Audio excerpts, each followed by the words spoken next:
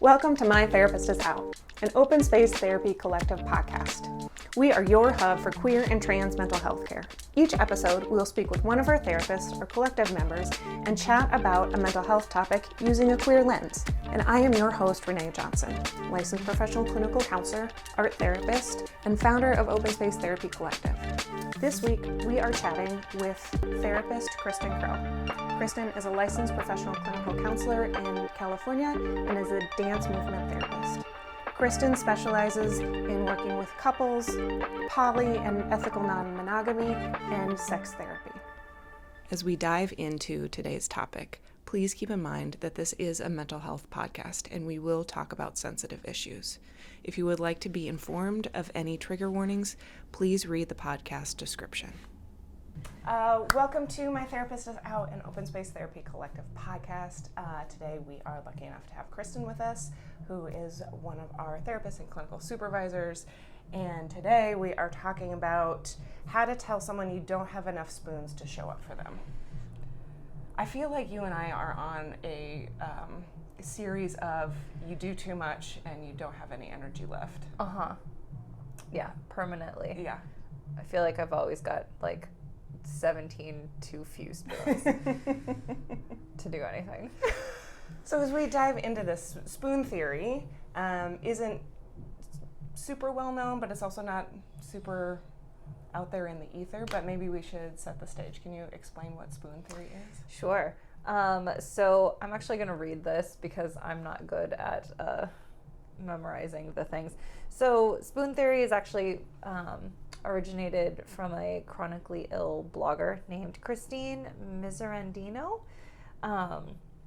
And she essentially was trying to explain what it was like to go through a day as a chronically ill person and with symptoms and how much energy that it expended. So essentially she explained to her friend, like, here, I have these 12 spoons. Now describe your day and like how much energy each of those things took. And every time her friend would describe something, she would take a spoon away. And so like as the day progressed, she would have less and less energy because she had less spoons. And so she would have to ration what was left and manage what was the most important to get done. And so if you run out of spoons, that's usually, I'm out of energy, I'm completely spent, like I have nothing left for anything. Yeah. Good or bad. Yeah, which I love.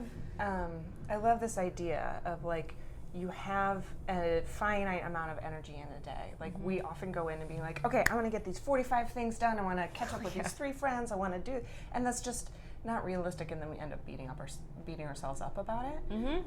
But this is a very like, that's a nice fantasy, but realistically, you've got about 12 spoons worth of energy. Yeah, absolutely. And this is it came from someone who has a chronic autoimmune disease, but this has been adopted into mental health as well, and just for some people in general. So it's kind of it is now a more adopted way to speak about things. So just because it originated from a chronic illness doesn't mean that it doesn't apply to other areas. Totally. What are some examples of things that would take up spoons, both like physical and mental and emotional?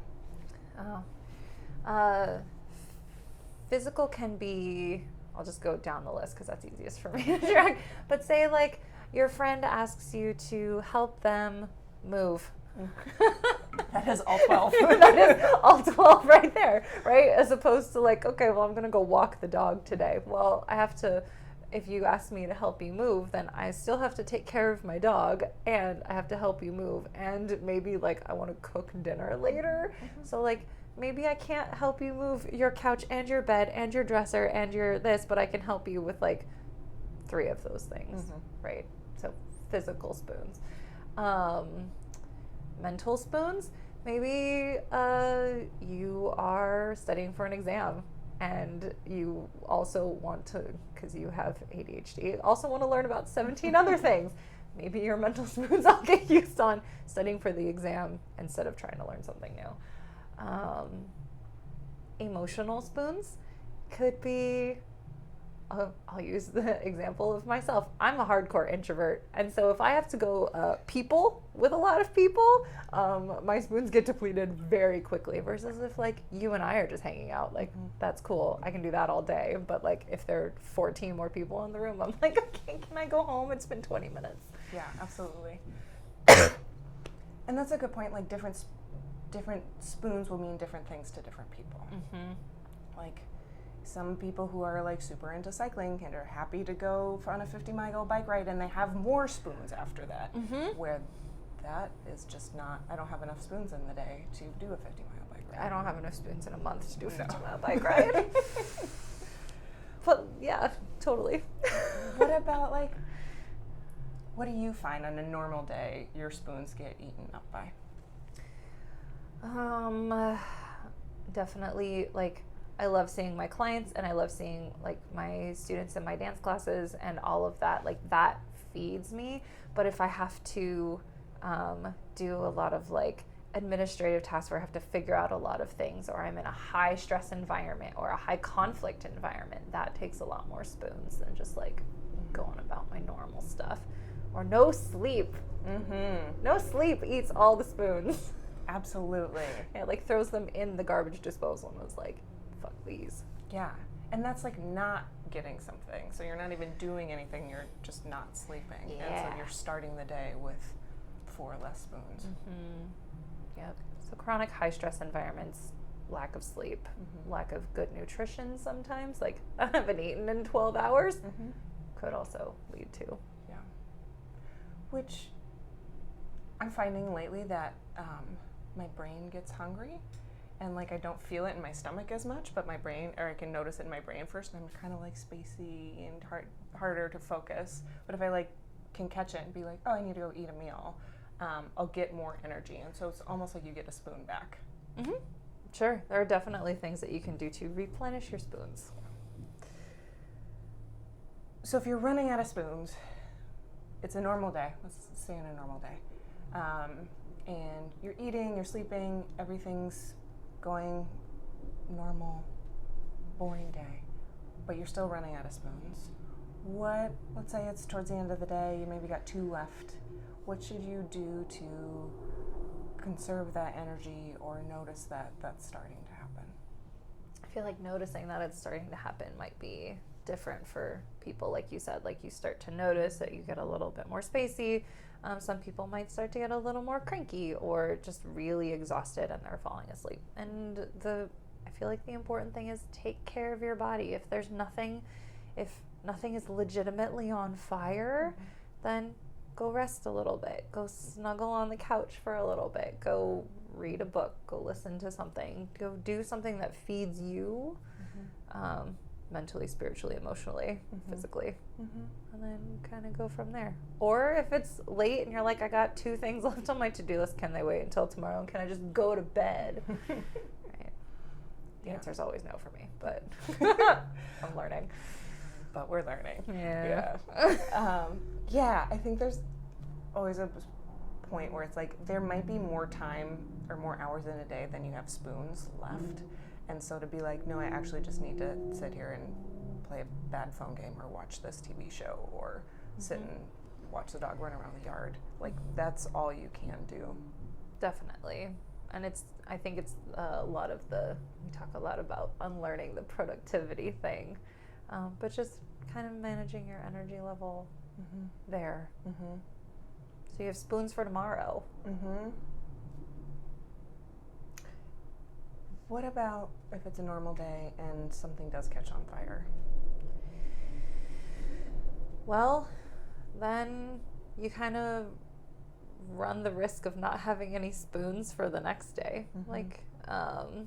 But sometimes that's what we have to do. So it's finding, if you find a spoon hidden in the back of the drawer, you're like, oh, look, this sort of looks like one. How can you replenish yourself extra later? How can you give yourself a little extra self-care or rest after it's over? Yeah, like when it's done, if you have to borrow a spoon for the next day, which maybe you can do one, like starting the next day extra slow. Yeah. Or, asking for help. Yeah. Totally. Gold star. Yeah, because just because you're on fire doesn't mean that somebody else may have something on fire and they may be able to help you. Which brings us to, like, what if you are at the end of your spoon day and you've got a friend that has something really tough happening and is asking for your help? How do you say you just can't? Well, that is a practice of boundaries, right? Like, if you have no spoons left, then how helpful are you really going to be to that person? Or how much is that going to make it so you need more help later? Can you say, like, I really love you and I would really love to support you, but right now I don't have the space for it. Is this something that we can talk about tomorrow when I have more capacity to hold and be with you? Yeah, and sometimes it's not even,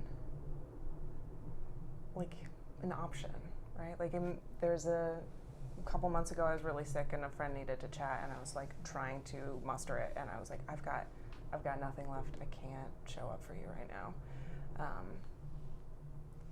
And the other person's going to respond however they're going to respond. And it's just our job to be kind and be transparent about what's happening. Yeah. I think it's also developing a language. You know, like, as this started to come up within my own community circle, a lot of it was like, I have something really heavy. Do you have space for me right now? And just kind of developing that practice of that's how you communicate and kind of, for lack of a better word at the moment, like, training one another to do so. And then just making sure that you have support systems in other places. Like, maybe if you can't talk to me, then someone else in our circle can. Right? Yeah. And then I love that because it's like that ripple effect that we talk about often is, like, if you start asking if people have space, that's going to register with that other person. Like, oh my God, somebody's actually checking in, and do I have space for this or not? Which is not how we're trained or taught. It's like, oh, somebody needs something, you give it to them. Yep. It's like, and then you realize later, oh shit, I'm actually so depleted. Now I need to ask. Exactly. Yeah. And if it really can't wait, like, I'm also a fan of, like, sending voice notes that are just like a dump of all the things that I need, and then a text disclaimer be like, that actually doesn't need to be listened to at any point until you have space. I just needed to put that somewhere. So disclaimer, don't listen to that until a week from now if you don't need to. Right? I just needed to vent. I don't want to respond. Like, don't burden yourself. Yeah, I love that because sometimes, like, you need to get it out, but you don't necessarily need somebody to, like, reflect it back to you in that same moment. Yeah, and unfortunately, sometimes, like, you're the only person that's going to understand that, so you get the text. They are pretty fun. Yeah, they are pretty, my brain rants are pretty silly. Not in the moment, but later. What about, like, the guilt that comes up with saying no to somebody? Oh, it's hard. It is. But it gets easier. I feel like it gets easier because you get to the point where you realize that if you are conserving your own energy, you can show up the way that you want to show up in a lot of different things. And there is a lot of like FOMO, like fear of missing out on things, that if you are taking care of yourself. But how much are you really going to enjoy some of those things if you aren't fully present and you're just hating yourself for showing up and depleting yourself even further? Yeah. Like, the guilt, and you're right, it's practice and it does get easier. And it's also, it really shows you the people in your life who can respect those boundaries and can have some empathy if you don't have enough to, like, show up for them. Yeah. And then vice versa, like, being able to be on the receiving end of, like, somebody saying, no, I can't show up for you. And, like, maybe that stings a little bit, maybe that has you question the relationship, but also being like, hey, like, they're being really transparent and communicating to me, like, it's not that they don't love me or don't care, it's just that they don't have it in them right now. Right. And I feel like the more you practice that, actually the deeper your relationships get to be, because you get to be vulnerable and saying that, like, I can't, like, I'm not in a good headspace to do that, and the other person gets to say that too, and so you get to understand one another in a way that we don't always if you're just going to be yes all the time. Yeah, because and this goes back to what we talked a couple episodes ago, if you're always the one that's on and taking care of everybody else and go, you're not actually being that vulnerable and that present with people. And this is a great way to practice that in a relationship. Yeah, I think so. Yeah. What are we missing? I don't know.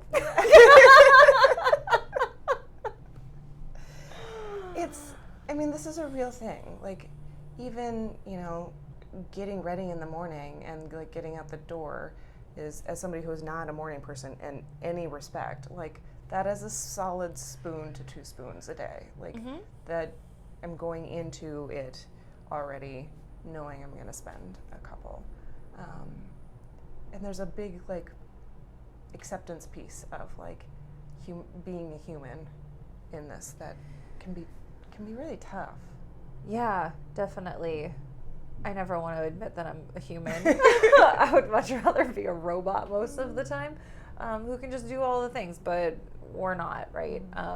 Like, I'm feeling, you asked me before we even started this, like, do you have enough energy to be present? And I was like, I sat with it for a solid second. I was like, yeah, I do. After looking at the rest of my day and kind of deciding, like, I do have the spoons. I had a really long weekend of things that were great, but not, they were draining, right? And so, like, where am I on my replenished level? Yeah.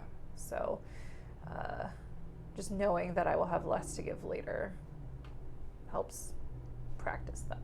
Yeah. Yeah, and looking forward, like, I know I started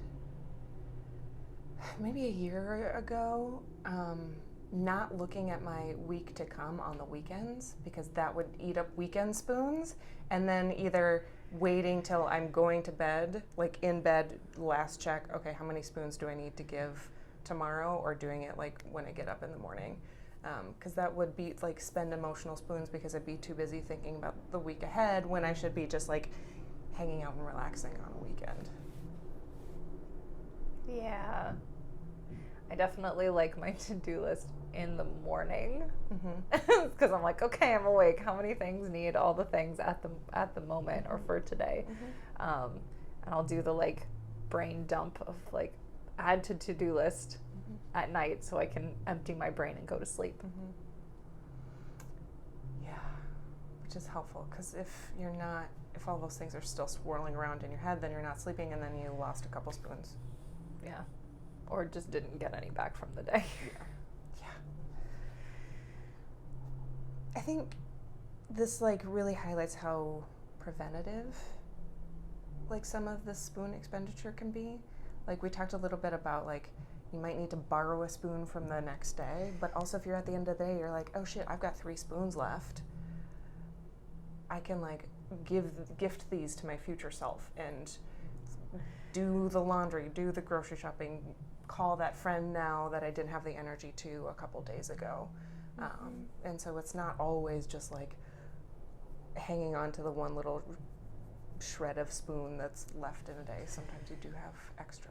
Yeah. And I think something that came up as you're saying that is, like, we can't always borrow from the next day, and we can't always find extra ones. And, like, if you are living with a chronic illness, then sometimes your spoons are like, oh, I had a flare up and I went from having 12 spoons to having 0. Yeah. And so also understanding that piece of, like, we don't always have control about those pieces, or mental health symptoms too, right? Like, if you get like when I texted you on Thursday and I was like, I'm really triggered right now, and it's 10 a.m. Like, I didn't have any spoons for the rest of the day. I had to ask for help, and I had to ask for things, and I'm like, I don't ask for things on a Thursday. Like, right? Like, I have the rest of my week that I'm trying to budget. But when I did, I got a lot of spoons back by the end of the evening, and I didn't go to bed as super depleted. Like, I went to bed kind of more even keel. So just things come up, and even if you've budgeted perfectly, you know, like symptoms and other things can come up and be a detractant. Yeah, you get in a depressive episode, you get triggered, your anxiety spikes, your hormones do something weird, a new medication throws you off. Yep. You see an ex when you're out getting coffee. Like, there's a million things that happen often that really can throw you, and all of a sudden you're left with one spoon. Yep. So what are those things that give back to you? Is it calling a friend? Is it listening to some music? Is it reading? Is it watching trash TV for a little bit? Like, whatever that is, do you have access to it? Yeah. And like having a lot of options of things that can fill you up. So you, regardless of where you are, you have some access to something. Even if it's like, I need to go sit in a bathroom stall for like 15 minutes and pretend I'm having a problem, so I can just have some quiet. That's a great way to like take a break and rest. Yep. Is it having some snacks in your bag so you just can reach into fuel yourself? Yeah, it's really important. Yeah. Now I need a nap. Seriously? I was like, I feel like that took more energy than I thought it was going to. Yeah. Well, that's okay. It is. Yeah. Thank you very much. Yeah, thank you. Let us know what eats up your spoons or what refills you. I think this is kind of one of those topics that's really personalized for everybody. Absolutely. And we'd love to hear more from you. You can email us at info@openspacetherapycollective.com, and you can find us on all the socials. Otherwise, we will see you in a couple weeks. Cheers. Thanks for joining us. We'd love to hear your thoughts on today's topic. Leave a comment below or email us at communications@openspacetherapycollective. You can follow us on all of the social medias, and if you're in California looking for a therapist, visit our website at openspacetherapycollective.com and book a free intro call with one of our therapists to see if we are the right fit for you. My Therapist is Out is an Open Space Therapy Collective podcast. Our therapists are Kristen Crowe, Debbie White, and Renae Johnson. Clinical consultant, Jenny Nigro. Communications coordinator, Riley Andreessen. Marketing consultant, M. Isa Messaging. Administrative assistant, Mutsa Ruiz. And our podcast editing is done by Smash and Grab Studio.